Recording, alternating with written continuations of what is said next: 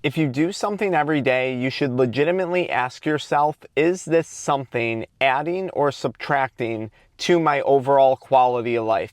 I used to smoke cannabis every day. I used to consume nicotine every day. I used to watch adult media content every day.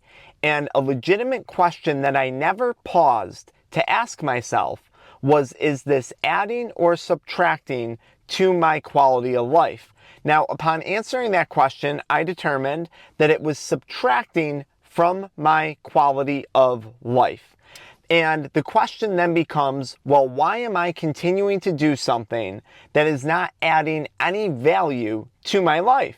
And the answer in that lies in the perceived value that I saw in continuing to consume the substances. The perceived value of stress relief when you vape nicotine. The perceived value of an escape that comes with consuming cannabis. The perceived value of enhanced social skills that may come with drinking alcohol. The perceived value of stress release and a release that comes with watching adult media content. On some subconscious level, if you are continuing to do something every day that you legitimately no longer want to be doing anymore, there is a degree of perceived value somewhere in that behavior. And in order to quit, we have to identify what that perceived value is. Because legitimately, you're not going to stop doing something if you see value in it.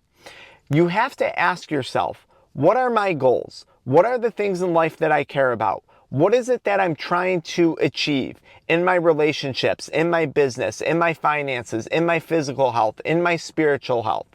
And is cannabis adding or subtracting to the accomplishment of those goals? By the way, those goals are the things that you actually probably value in life. It's a legitimate question that you should ask yourself regarding every activity that you do on a repetitive basis, especially if that activity involves drinking alcohol, smoking weed, vaping or nicotine, or smoking cigarettes, watching adult media content. The more we fail to devalue the substance, the longer the substance is going to devalue us. And the less we value ourselves, the more likely we're going to partake in experiences and substances and things that continue to devalue us. One of the things that I tell people, or at least it was a mantra that I used when I was quitting, was devalue the substance before it devalues you. And that was one of the worst side effects that I struggled with when I was addicted to cannabis and all these other substances.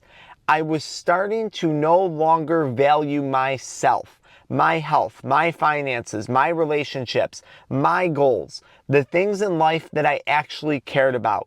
And the more that I consumed the substance, something that I didn't believe had any value, the more I started to partake in other crappy behaviors that weren't adding any value to my life.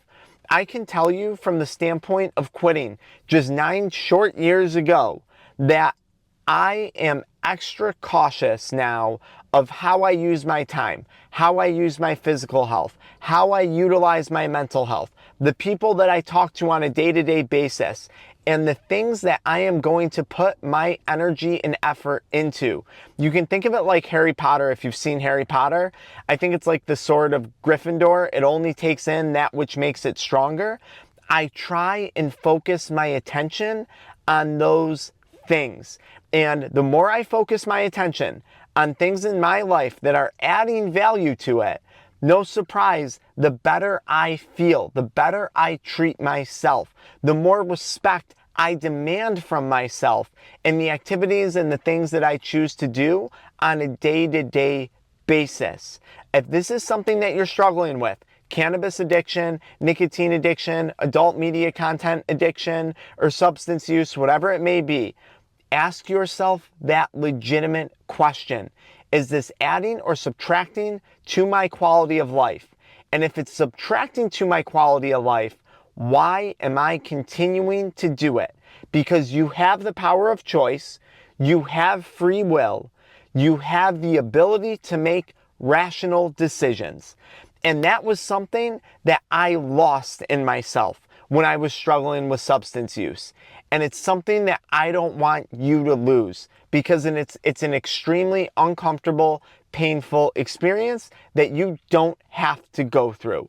Why would you focus on something that's tearing you down? Not only focus on doing something that's tearing you down, giving it your time, your energy, your motivation, but that you're legitimately spending money on it to decrease your quality of life, right? When I'm not doing addiction recovery coaching, I'm a chiropractic physician.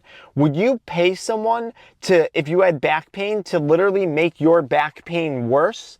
Of course you wouldn't. That would be absurd.